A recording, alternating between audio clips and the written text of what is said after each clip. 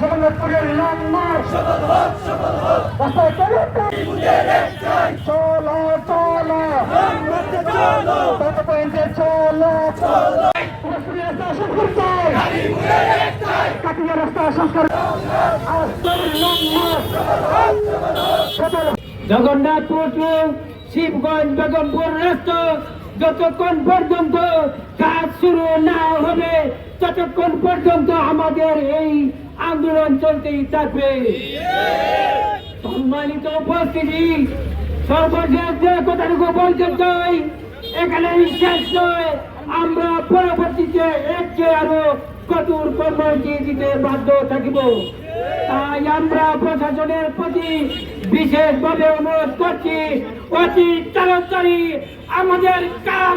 আমাদের রাস্তার কাজ শুরু করুন, নতুবা জনগণকে সামাল দিতে পারবেন না। আজকে ভোট দেওয়ার পর এমপি হয়েছেন, মন্ত্রী হয়েছেন, কিন্তু আমাদের জনগণের দুর্ভোগ এখনো যায় নাই।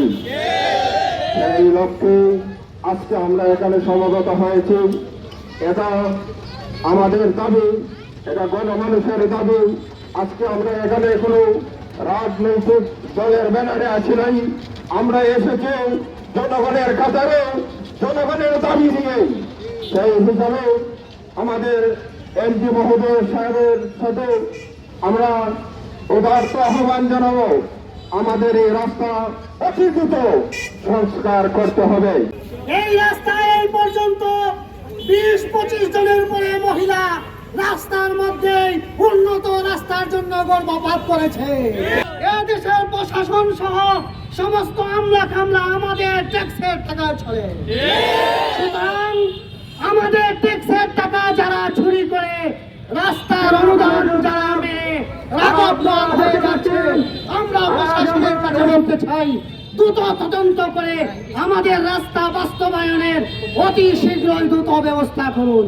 এই এলাকার মানুষ বজ্র নম্র, এই এলাকার মানুষ বজ্র নম্র, কিন্তু এই এলাকার মানুষ অর্থনৈতিকভাবে দুর্বলতা নয়, এই এলাকার মানুষ বিচু নয়, এই এলাকার মানুষ পাঁচাটা গুলামি পছন্দ করে না, এই এলাকার মানুষ কোনো হারাম দাদার কোনো উচ্চ সুর সুরে কোনো তার সুর নষ্ট করে না।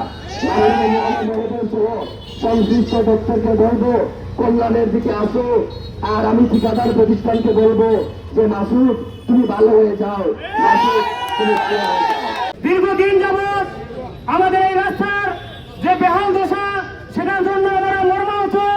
আমরা প্রত্যেক দিনেই আন্দোলন সংগ্রাম করে তুলছি, কিন্তু কাজের কাজ কিচ্ছু হচ্ছে না। আমরা চাই এই রাস্তার কাজে দ্রুত সংস্কার হয়। প্রশাসনের কাছে আমাদের দাবি